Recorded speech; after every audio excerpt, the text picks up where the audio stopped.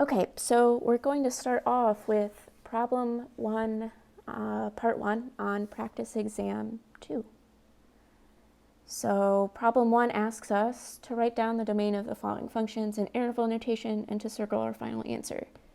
So, first of all, maybe an important thing to remember is what domain is. So when I'm asking you to find the domain of something, that just means I want to know what values of x I can plug in. So which values of x can I plug in?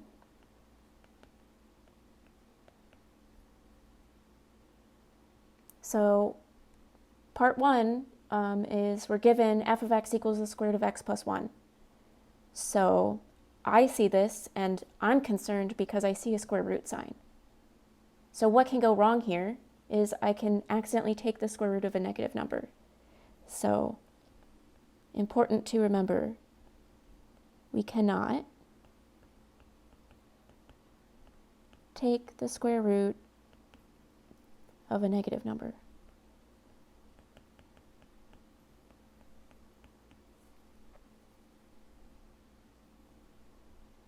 So the set of all x values that I can plug into f of x, or the domain,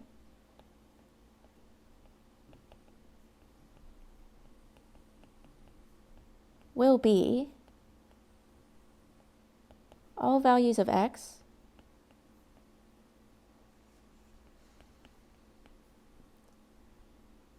for which the thing underneath the square root sign, so x plus 1,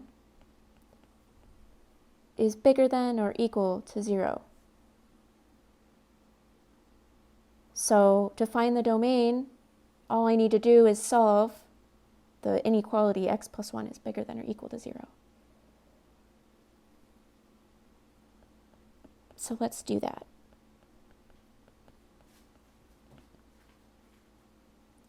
So first I can subtract 1 from both sides. And I get that x is bigger than or equal to negative 1. So what happens when I plug in x equals negative 1? Then f of negative 1 is going to be the square root of negative 1 plus 1. Negative 1 plus 1 is 0, so I get the square root of 0, which is just 0. So that looks like it works. On the other hand, if I plug in something like x equals negative 2, then f of negative 2 is going to be the square root of negative 2 plus 1, which is the square root of negative 1, which I cannot do.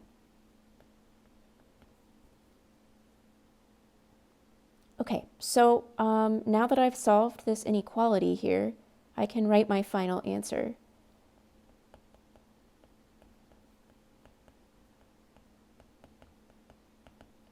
So the domain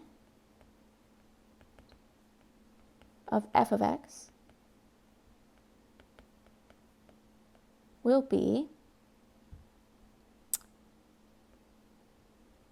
everything bigger than negative 1, bigger than or equal to negative 1. So I'm going to use a bracket, put a negative 1 next to the bracket because I want to include it. And then we'll go all the way up to positive infinity.